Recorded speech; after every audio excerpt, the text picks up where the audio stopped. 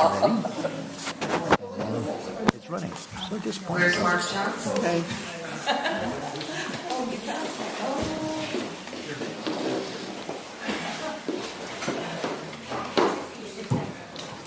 can't hear some chairs up here, Mark.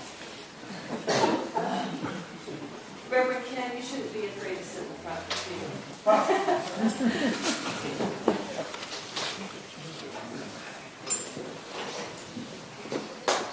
Well, welcome everyone. I'm so glad you're here. What a great turnout, and so many of you I know, just about everyone, so I know we have some wonderful conversation partners from different faiths and different locations, from different cities, coming from different angles.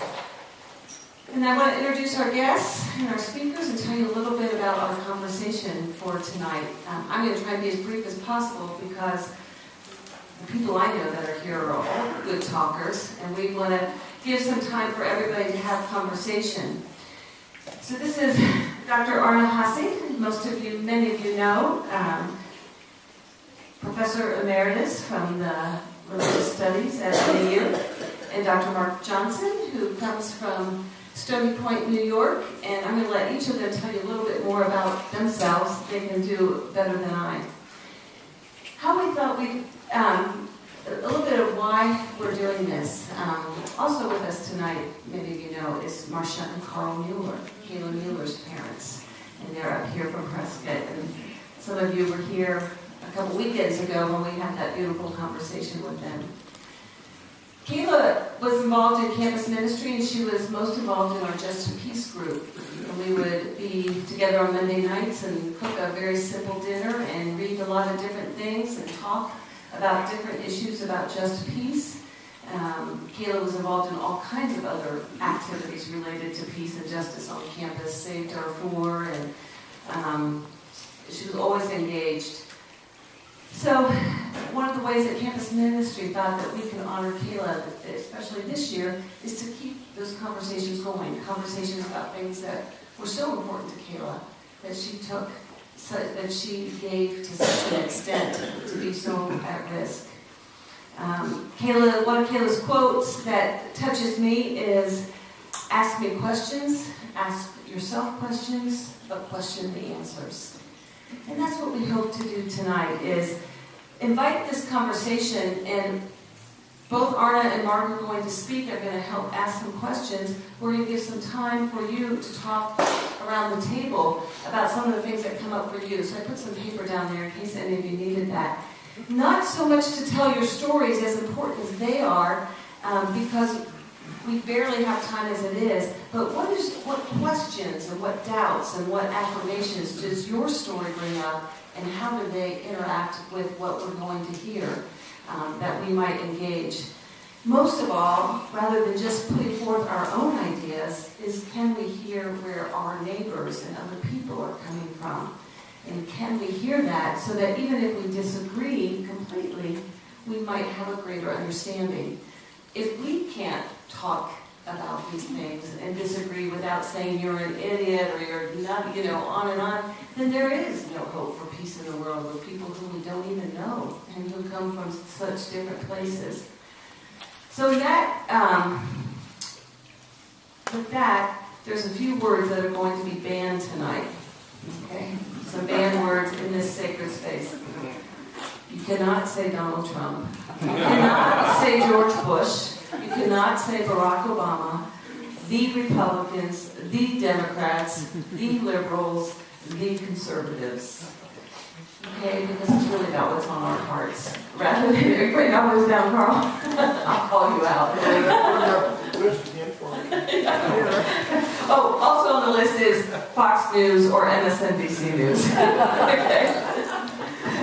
So with that, I'll let Arne. Oh, one more thing I want to say is the way we decided to do this conversation. Mark is a very committed pacifist and has a long life history and thoughts on that. And so he's going to kind of hold a position that's very dear to his heart.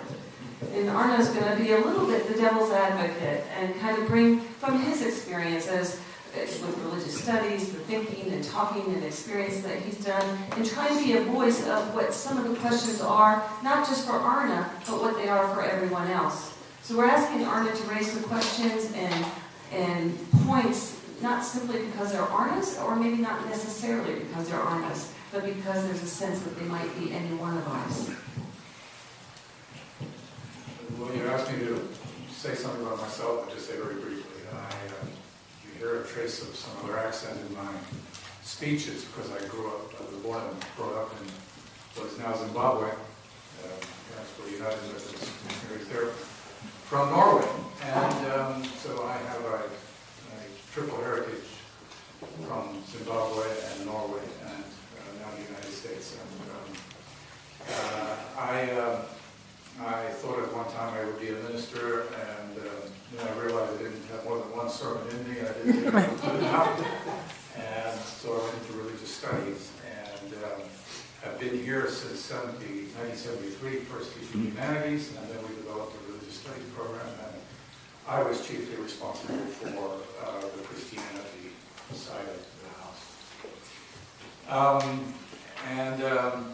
So that's sort of who I am, and I've been ever since I come here, I've been a member of the Federated Community Church.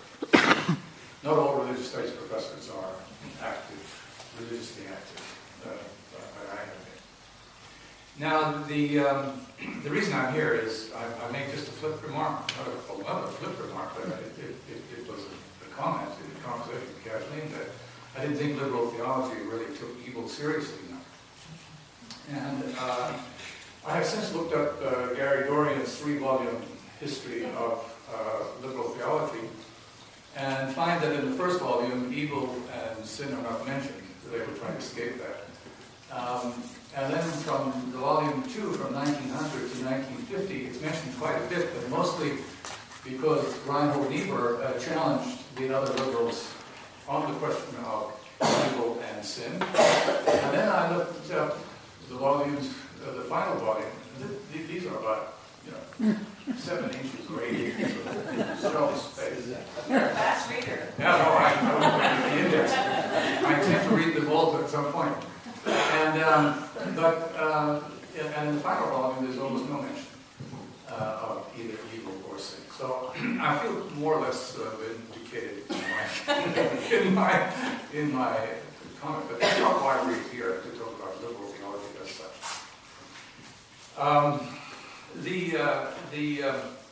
I worked for a long time on the history of the church's resistance to Nazism in Norway, and wrote a book on that, finally. And that, of course, means that I have lived with Nazis longer than even the Nazis did, because I worked on it longer than the fascist era itself. And I'm kind of tired of them, actually, and thinking about these things in some ways. But because you become a prisoner of what you study or what you research. But that story is a story in which the church's resistance was really the high point of religious resistance to Nazism in occupied Europe during the war years.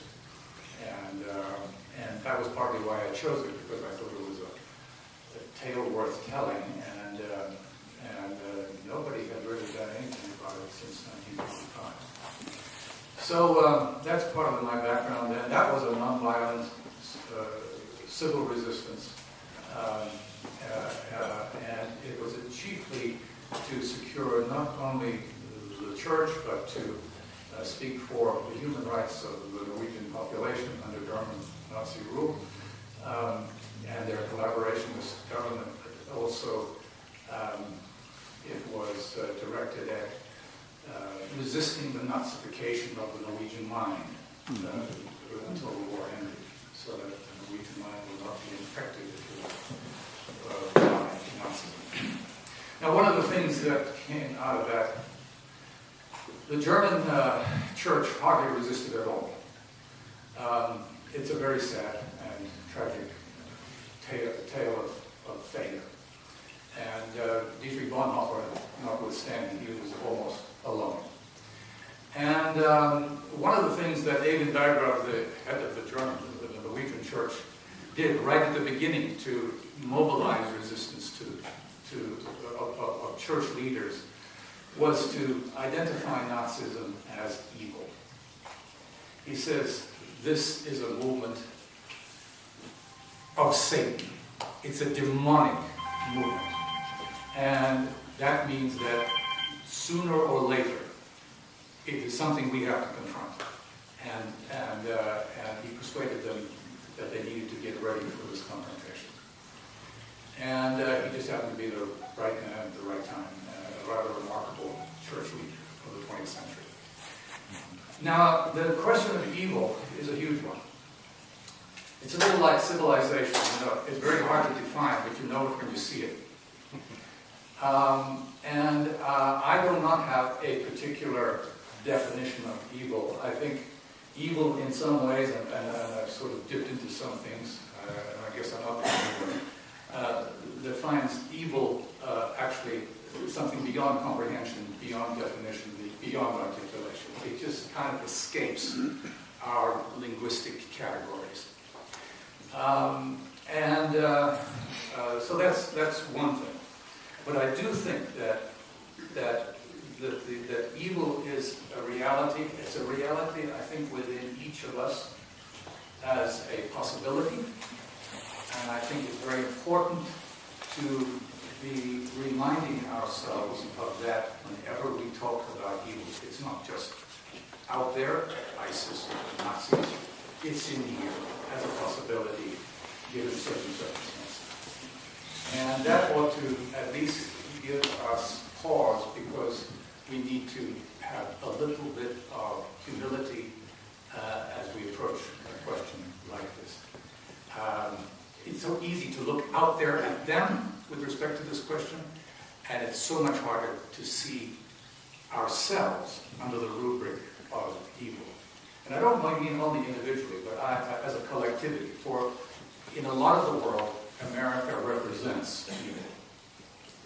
And we don't see ourselves as others see us enough, and consider what that means.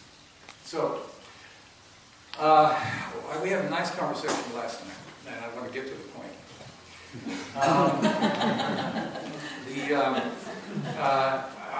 was very impressed with Mark, and I have to say that for me, as a liberal Christian who thinks that, who feels the claim of Jesus on my life, and on my behavior and my actions, and feels the claim of the Sermon on the Mount on my life, without being a great exemplar of this, but feels the claim all the time. And for that reason, I'm very sympathetic, and I would like to go all the way with Mark on the pacifist path. And there's part of me that thinks I'm on that way. I was reading a Quaker pamphlet. Quakers have been on this way forever, that my friend Vicky Finger gave to me not too long ago. And one of the things it said there about being on that way is that you have to ground your life in the God who is already within. In other words, you have to, in order to take that way, accept the suffering that it will entail, that you will have to absorb. You have to ground your life in a much more profound reality than the one that's just around us and open to our senses. And I think that is true, and that involves a spiritual practice and a commitment. My question, though, is, as we were talking yesterday, is how you would deal with ISIS from a position of active nonviolence. That would be a better definition of pacifism, right? Active nonviolence. And I looked through a book, I have a 3-volume book on nonviolence by Gene Sharp, the second one of which and you're familiar with him, of course, and probably know him, I'm sure. And the second one lists all the ways in which nonviolent resistance has been used in all kinds of instances, including the Church of Norway in 1942. And I could not see there how ISIS would be dealt with using any of those methods. Now, I concede the other point that you made last night, that war is not a solution to anything. War usually creates more problems than it solves. And the suffering is often disproportionate to the solution it is attempting to bring about. And there is the dilemma that we live in. On the one hand, we have an idealism, we have a vision of how the world could be, and then there is the fact of how it is, which in the 20th century has been the most violent century in all of human history. More people killed in wars than all of the other centuries put together. And it wasn't religious wars. It was wars for other things in the 20th century. And which is easy to forget in the current situation. So that would be my big question. How ISIS as a dehumanizing, a totalitarian force that has shown itself to be quite glad to use extremely cruel and horrific measures against any opponent, Muslim or non-Muslim, and how a force like that can be stopped in a non-violent way. Most resistance and books about resistance talk about resistance from within, how people who are within a tyrannical system can use non-violent resistance. They do not talk about it in terms of how we can do this from without. So I think with that I'll just talk to you on the way. It's awfully hard to be a professor for 37 years and just say something in 5 minutes. And so I'm tempted to respond immediately and directly to the question, which would be helpful, but I also want to say a word or two of introduction in terms of what brings me here and what I represent. I want to lift up Russell Priva, professor of philosophy here, who opened his classroom today on world philosophies for an hour-and-a-half discussion. And it gives me a great sense of balance in the day because there was no one in that audience older than 30 years of age. And I was pleased with the way in which they engaged.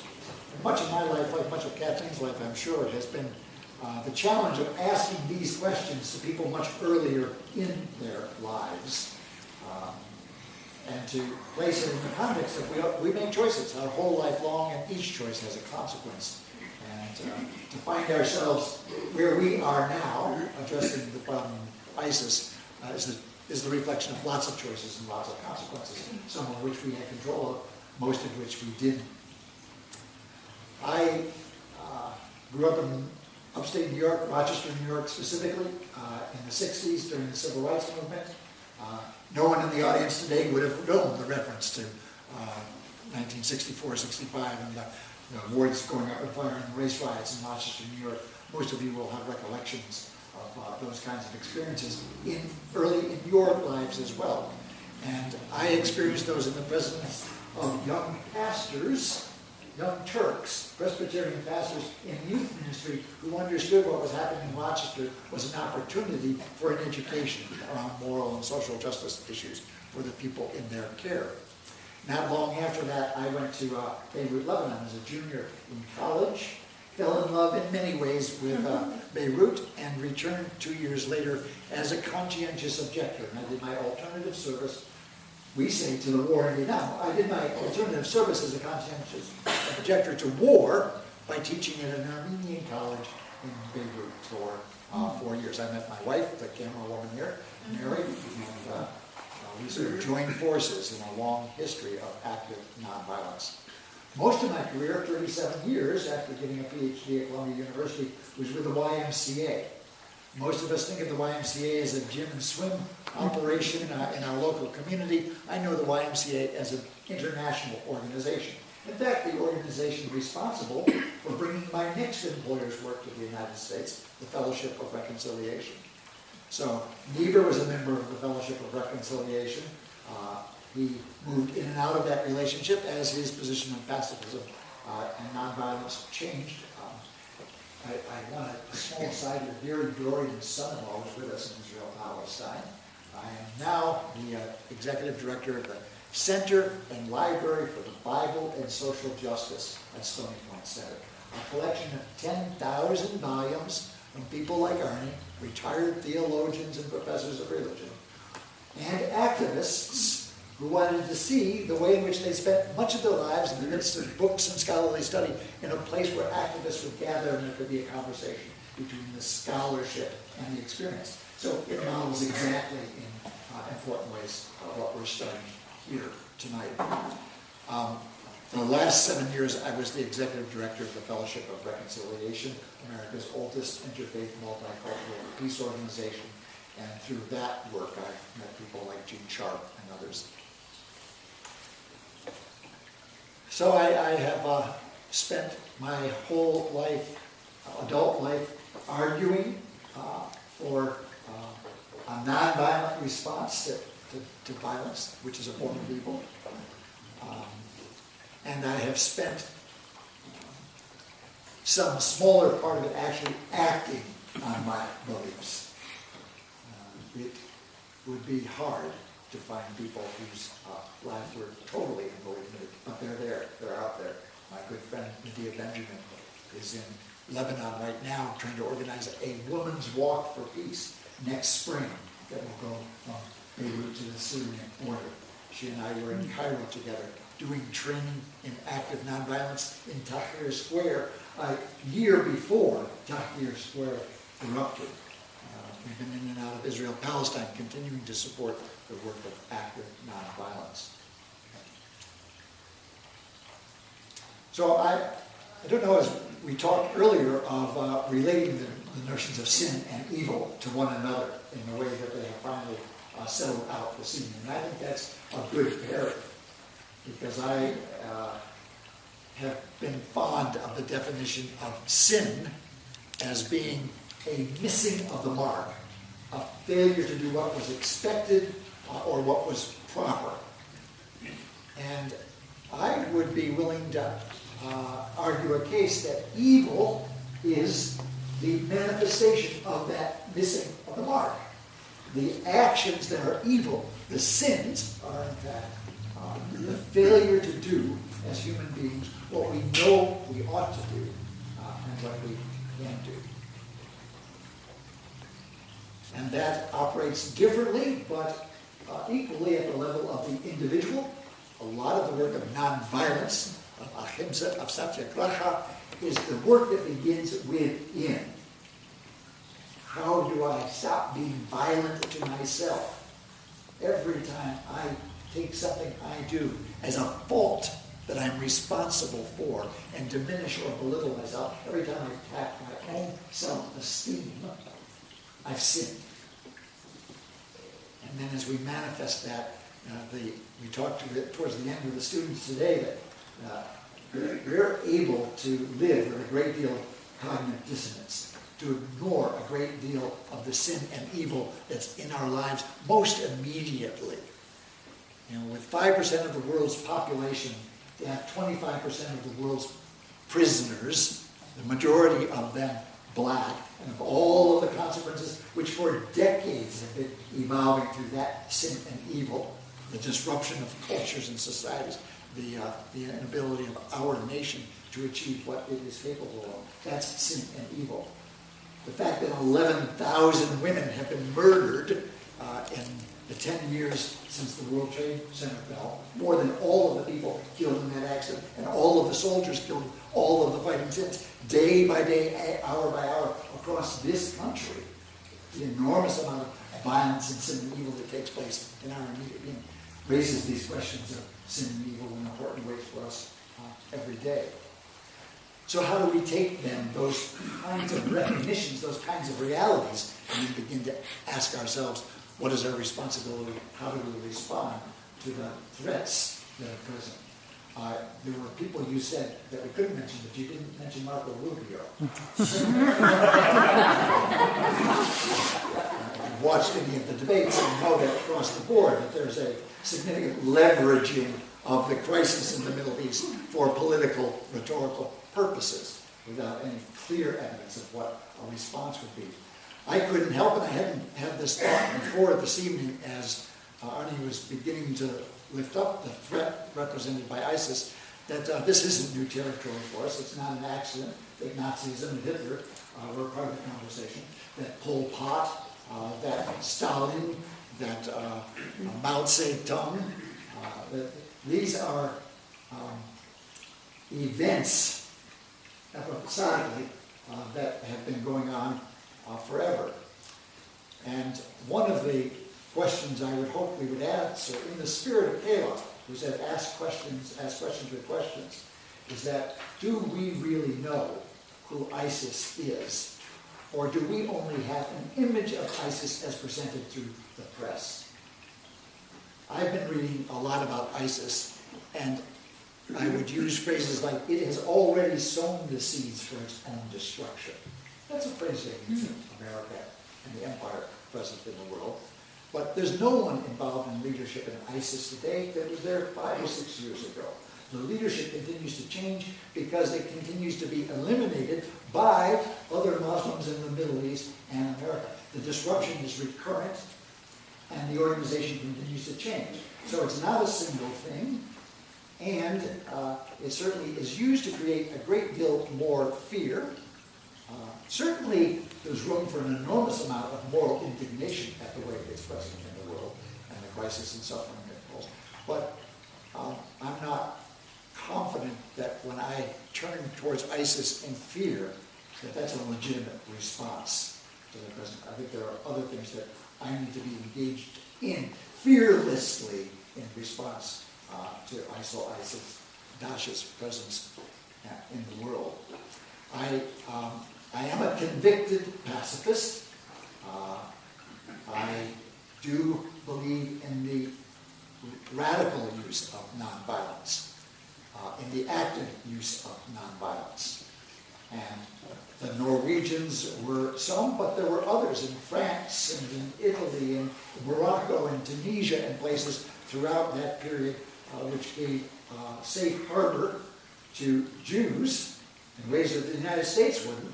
The United States wouldn't accept refugee boats or create camps with one exception, and that is a camp in Oswego in upstate New York that was created for one boatload of Holocaust escapees. And we did have this conversation last night about the within and the without. What is our moral responsibility to address the suffering of the world from positions of greater security and comfort, which we enjoy? At the level of the United Nations and at the level of nation states, this argument now is presented as the right to protection. That when people internally in a state or nation are abused by their leadership, the rest of the world has a right to offer protection to them. But there may well be many instances when that protection is more costly to the well-being of the people in that state than the lack of it would be, and where it misdirects, redirects, confuses, destroys the emerging capacity for protection and response within those countries. I'll finish with this observation as well, and share with Arne the notion that humility has to be an important element in the way in which we ask ourselves these questions and the ways in which we respond. We cannot know everything that it would help to know in order to be properly responsive. And we will often act with incomplete knowledge in a way that does more harm than good.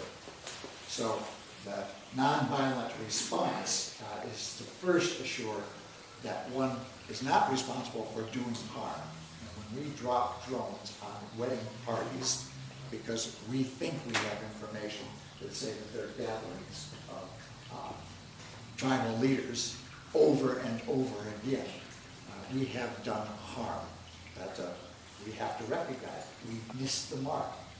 We've sinned. We've done evil in the world. All right.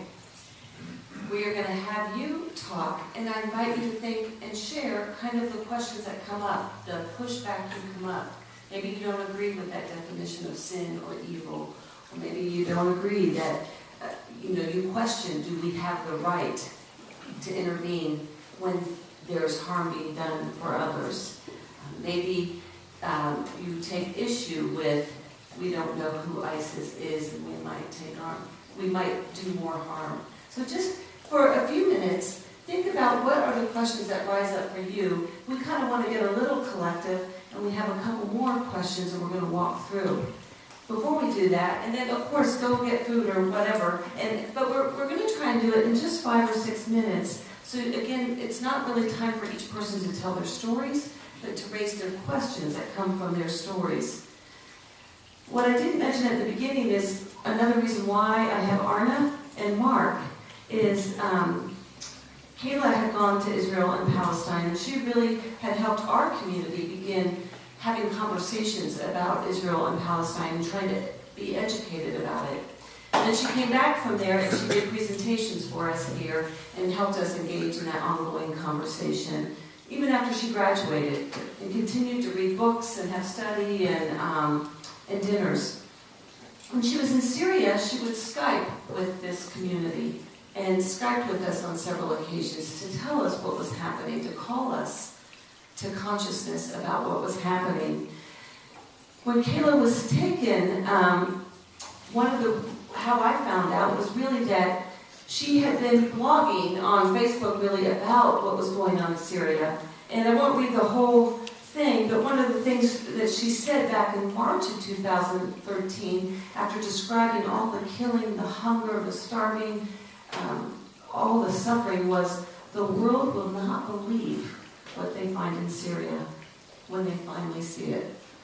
And that our world leaders knew what was going on and chose to do nothing. And that was pretty prophetic when we see what's going on now.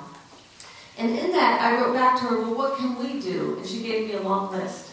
And some of it was, you can talk about it to students at NAU. I'll Skype with them. You can organize conversations.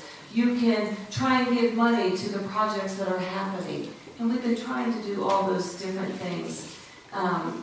So when our current administration was drawing the line with Assad about chemical weapons, and we were contemplating military action, Kayla, who had always known as a pacifist, when I had seen her in June, when I had heard from her in March, she sounded like she was calling for military action. I know she was calling for a no-fly zone, but she was so angry at the suffering, and she was so angry that the world was not responding. And so when that conversation was going on, I was messaging her saying, what do you think about this? What do you think about military action? And other people were questioning her. And then finally somebody came back and said, I think she's been kidnapped. And that was back in August or September of 2013, and that's when I called Carl and Marcia. Well, when I went to Israel-Palestine, which I went, was already planned to go with the Presbyterians. Mark was on that trip, and the reason I went was really because Kayla had kept engaging me in that conversation. The Muellers told me I could share with Mark what was going on. It was so secret that Mark and the Presbyterian Fellowship had people that continued to give ideas and resources and think about what next, what are possibilities, who to contact.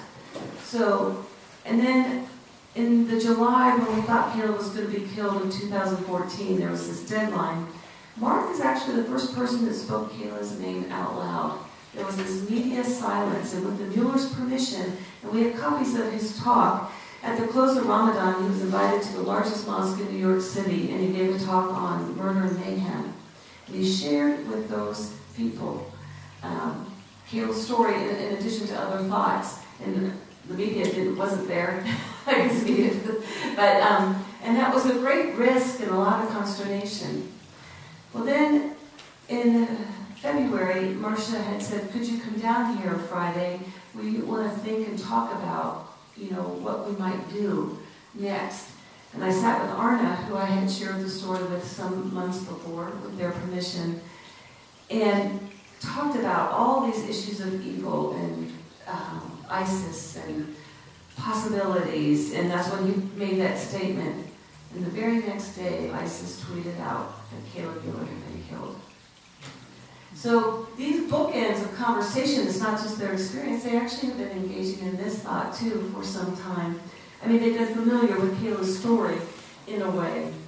As you get talking, one of the things Caleb wrote in that blog was, after all those ideas, if nothing more, don't let the Syrians fall from your compassion.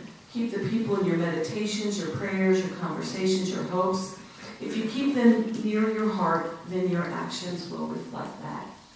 And so that's partly what we're doing tonight, is we're going to continue these conversations as we continue to remember Caleb. So please, with each other, talk about some of the things that come up for you as we begin this conversation. We'll ask for a couple of questions, but we have about 6 more that we want to kind of engage in the conversation. Ready, set, go.